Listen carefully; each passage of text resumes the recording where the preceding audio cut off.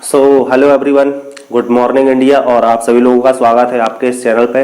तो दोस्तों, एक डिफरेंट सी चीज़ आपको बताऊंगा मैं आज। तो क्या है वो डिफरेंट सी चीज़, और आप लोग सोचकर थोड़ा हैरान होंगे, लेकिन काफ़ी अच्छी चीज़ है। और कबीर दास जी का एक दोहा है जिस पर लिप्त ये मेरी बातें रहेंगी। तो उनका एक जो दोहा है, क्योंकि आज उनकी जन्म तिथि है और कहना चाहिए उनकी जयंती है, इसलिए मैं आप लोगों को बता रहा हूँ। तो उनका दोहा है कि जाति न पूछो साधु की, पूछ लीजिए ज्ञान, और मोल करो तलवार का, पड़ी रहन दो म्यान। तो ये उनका दोहा है, और काफ़ी ज़्यादा इन डेप्थ बात करूंगा मैं आज इस बारे में कि हम लोग मैक्सिमम टाइम होता क्या है कि लोगों की, अब मैं इन मॉडर्न टेक्नोलॉजी और मॉडर्न दुनिया की अगर मैं बात करूंगा, तो बहुत सारे लोग, मैक्सिमम लोग, हम लोग क्या करते हैं कि किसी की जाति को पूछकर या किसी को मतलब उसके नाम से ना पुकार कर, या किसी लिंग भेदभाव, किसी भी तरीके से उसको भेदभाव करके अगर हम लोग अपने आप को एक नीचे वाले स्तर में, क्योंकि ये ग्रामीण क्षेत्रों में ज़्यादा होता है इसलिए मैं बता रहा हूँ।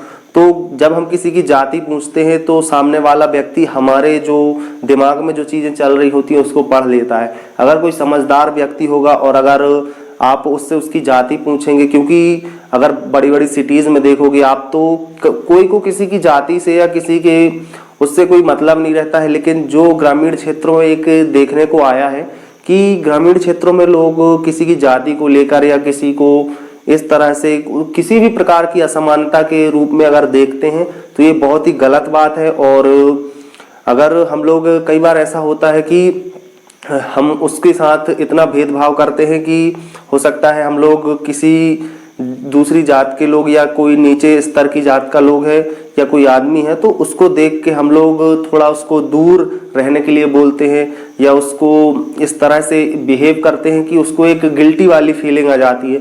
तो ये जो चीज़ें हैं एक अच्छी चीज़ नहीं है, ये गुड निशानी नहीं है। मैं कहूँगा एक अच्छा सिंबॉलिक रिप्रेजेंटेशन नहीं है हमारे समाज के लिए और हमारे लिए भी।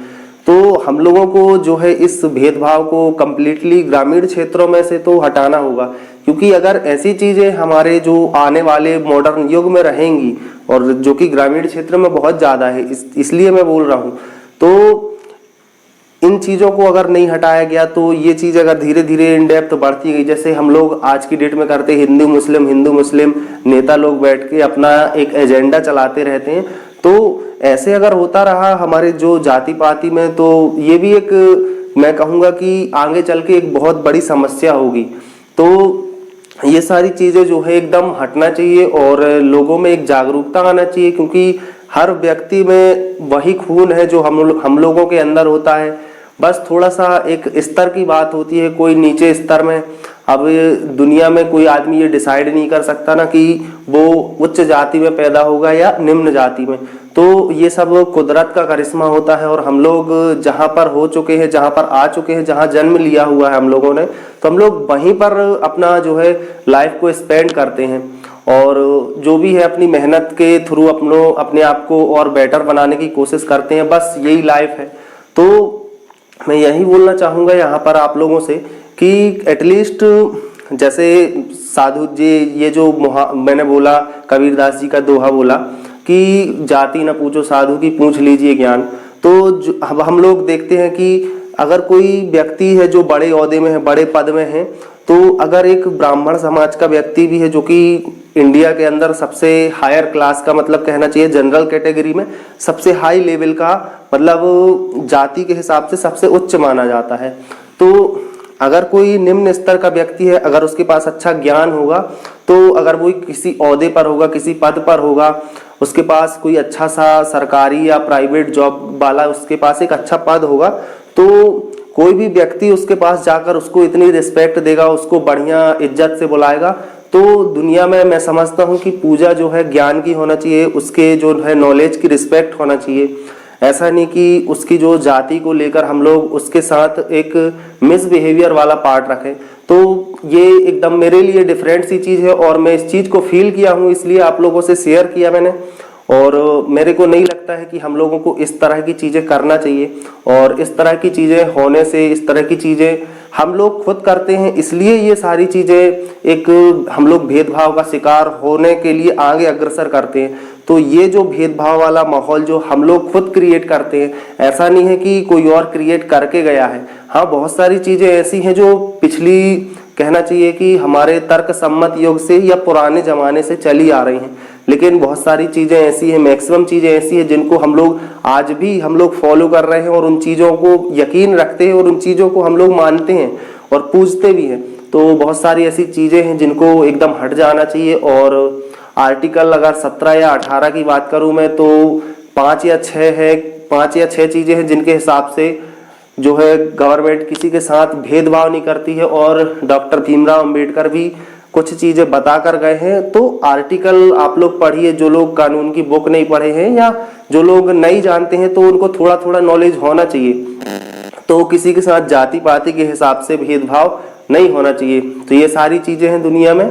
और अब इस दोहे के माध्यम से काफी कुछ एक्सप्लेन किया मैंने, और आप लोग उम्मीद करता हूँ कि काफी कुछ अच्छा समझ भी गए होंगे। तो जैसा मैं एक्सप्लेन किया हूँ, हो सकता है आप लोगों को कुछ चीजें समझ आई हो, कुछ चीजें ना समझ आई हो। तो ओके, देखते हैं कि कितने लोगों का रिप्लाई आता है इस वीडियो के माध्यम से। तो हो सकता है कि बहुत सारे लोग इस वीडियो को एक गलत वे में देख रहे हो, लेकिन जो इन डेप्थ अगर सोचते हैं, जो मेरी बातों को थोड़ा सा गहराई से लेते हैं, तो उन लोगों के लिए थोड़ी ये बात जच जाएगी, थोड़ी जमेगी उन लोगों को और एक अच्छा फील देकर जाएगी। क्योंकि मैक्सिमम लोग हम लोग लाइफ को जो है स्पेंड कर रहे हैं, तो कुछ इस तरह से स्पेंड करिए दोस्तों कि आगे भी जो आपकी पीढ़ियां आए, जो आगे आपकी न्यू जनरेशन आए, तो आपकी रिस्पेक्ट करे।